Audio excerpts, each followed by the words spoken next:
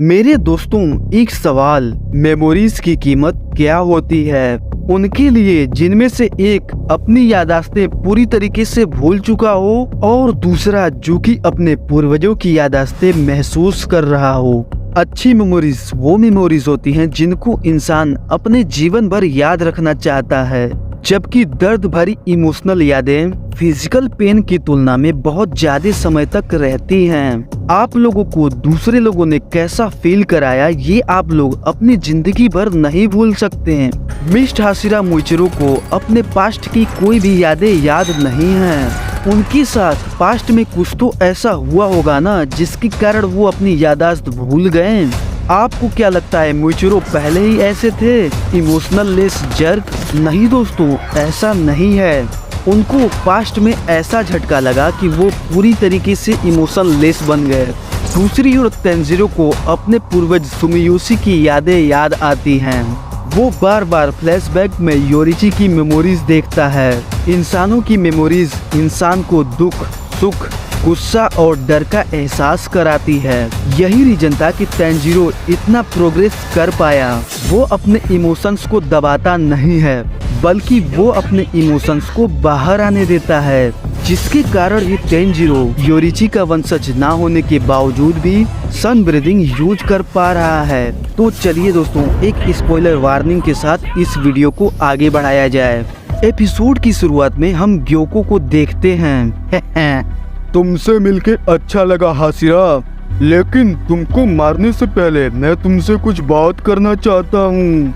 आज रात मैं तुमको अपनी सबसे बेस्ट क्रिएशन दिखाऊंगा। तू क्या दिखाने की बात कर रहा है? डेमंस कब से कलाकारी दिखाने लगे? इसके बाद ग्योको अपना पहले कलाकारी death thrones of the Smiths दिखाता है। अपने दोस्तों की ये हालत देखने पर कोतेत्सु और कानामोरी दर्द से चीख पड़ते हैं। ग्योको बताता है कि उसने स्वॉर्ड स्मिथ्स का बहुत अच्छे से यूज किया। उन स्मिथ्स का इमोशन भी दिख सके, इसके लिए वो उनके ह्योतो मास्क को काट दिया होता है। मैं जैसे ही इस तलवार को घुमाऊंगा, इसकी स्मिथनेस इसमें से निकलेगी।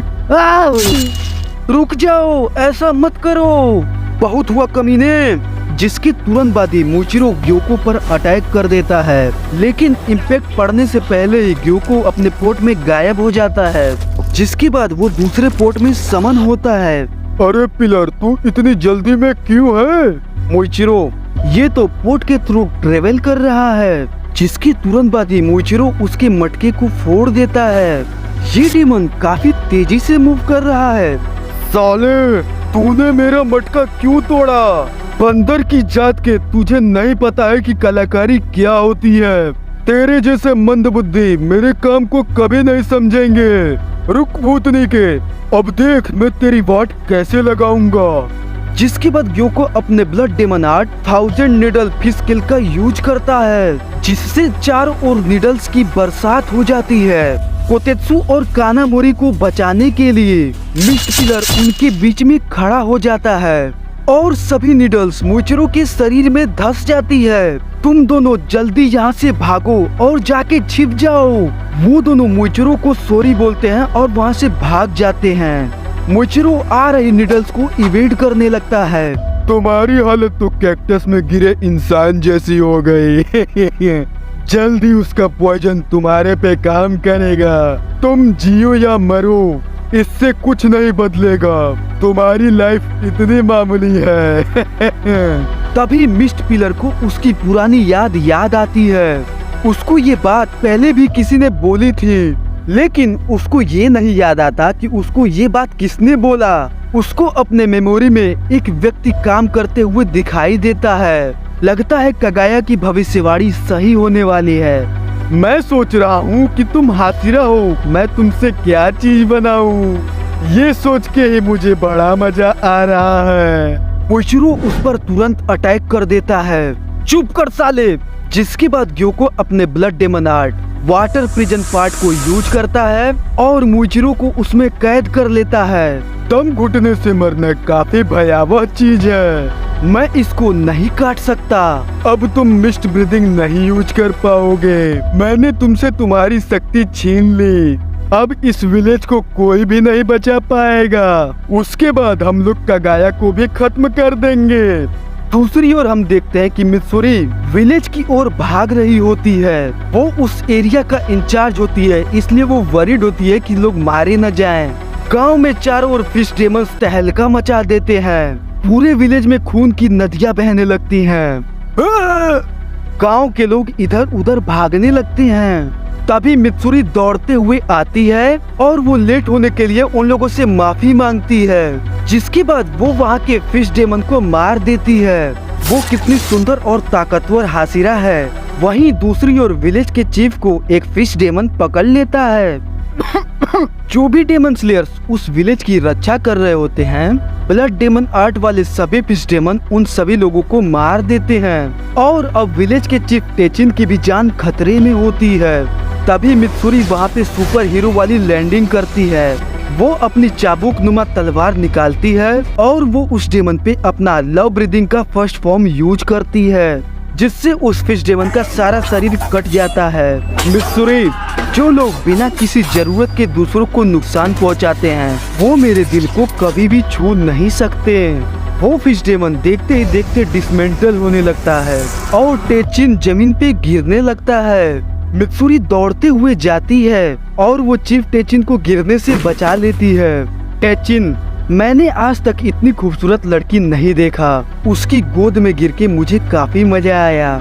मुझे उसकी गोद में और रहना है। दूसरे स्मिथ निश्चिंत हो जाते हैं कि अब लॉर्ड टेचिन सुरक्षित हैं। सीन शिफ्ट होता है और हम देखते हैं कि तेंजिरो होश में आ गया होता है।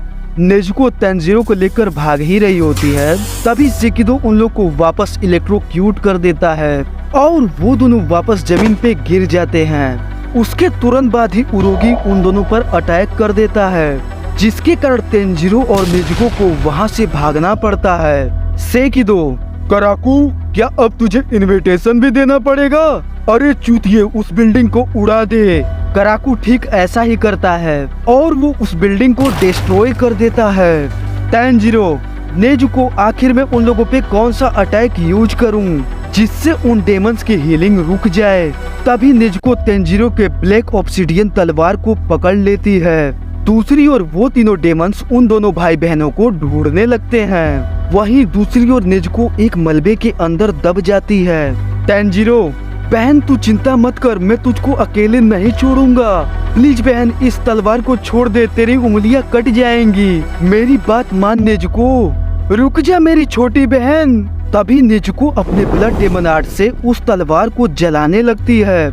जैसे जैसे तलवार का टेम्परेचर बढ़ता है, तेंजिरो की तलवार लाल रंग की होने लगती है। इसी के साथ साथ एक मेमोरी में तेंजिरो देखता है सुयाको बोलती है कि योरिची की तलवार भी काले रंग की है, लेकिन जब वो लड़ते हैं तो उनकी तलवार लाल रंग की हो जाती है। तेंजिरो समझ जाता है कि वो योरिची की ही बात कर रही थी। अब तो उसकी तलवार भी लाल रंग की हो गई। ये आने वाले तूफान के पहले की खामोशी जैसी लग रही थी। तेंजिरो, जैसे जैसे मैं स्ट्रॉन्गर बनता गया, वैसे ही डेमंस भी स्ट्रॉन्गर बनते गए। मैं हारा और घायल भी हुआ, लेकिन हर समय कोई न कोई मेरी हेल्प किया और मेरी जान बचाई। मुझे उन लोगों का कर्ज चुकाना होगा, लोगों की जान बचा के और डेमंस को मार के। तभी उरोगी तेंजिरो की ओर बढ़ने लगता है। सेकिदो को भी मुजान की मेमोरी दिखाई देती है। ये तो वही तलवार है जिसने मुजान के सर को काटा था। वो दोनों अब तो एक हो रहे हैं। जिसके बाद तेंजिरो सन ब्रीदिंग यूज करता है और उन तीनों डेमंस के सर को एक ही बार में काट देता है। तेंजिरो सोचता है कि अब उसे केवल एक और डेमन का सर काटना है, जिसके बाद ये खेल खत्म हो जाएगा। तभी तेंजिरो नोटिस करता है कि गेन्या ने आइजेत्सु के सर को पहले ही काट दिया होता है। तेंजिरो गेन्या की शक्ल को देखकर बोलता है कि क्या ये गेन्या है?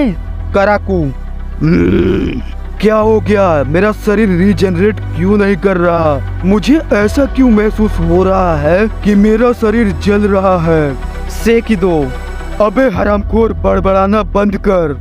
हम लोगों की बॉडी धीरे धीरे रीजनरेट कर रही है। तभी तेंजिरो दौड़े हुए जाता है और वो नेजुको को बचा लेता है। जिसके बाद तेंजिरो को एक 5वें डेमन की स्मेल आती है। वो समझ जाता है कि उसको इनको हराने के लिए 5वें डेमन के सर को भी काटना होगा। गेन्या, अबे भूतनी के, उस अपर रैंक को मैं मारूंगा। साले मुझे नहीं लगता कि तेरे पास उतनी ताकत थी कि तू ग्योतारो को हरा पाया। मैं ही हूँ जो हाशिरा बनूंगा, और हाँ, आइंदा मेरे रास्ते के बीच में मत आना। तांजीरो बोलता है कि वो और उसकी बहन गेन्या की मदद करेंगे हाशिरा बनने में। गेन्या, तांजीरो, अब तू मुझे कुछ समय दे ताकि मैं उस 5वें डेमन को मार सकूं। और हाँ, गलती से भी तू मुझ पर पीछे से अटैक मत करना। तभी गेन्या तेंजिरो की झील सी आके देखता है और वो समझ जाता है कि तेंजिरो एक प्योर साउल है। वो उसको कभी भी धोखा नहीं देगा। तभी सेकिदो अपने खखरा स्टाफ का यूज करता है और वो उन तीनों पर अटैक कर देता है। तेंजिरो अपनी बहन की जिम्मेदारी गेन्या पे छोड़ देता है और वो 5वें डेमन को ढूंढने के लिए निकल जाता है। तेंजिरो उस 5वें डेमन को जंगल में चारों ओर ढूंढने लगता है। हान तेंगु, वो लोग मुझे कभी नहीं ढूंढ पाएंगे। मेरे क्लोन्स उन लोगों को हरा देंगे। तभी तेंजिरो हानतेंगु को ढूंढ लेता है और ये खूबसूरत एपिसोड यहीं पे खत्म हो जाता है।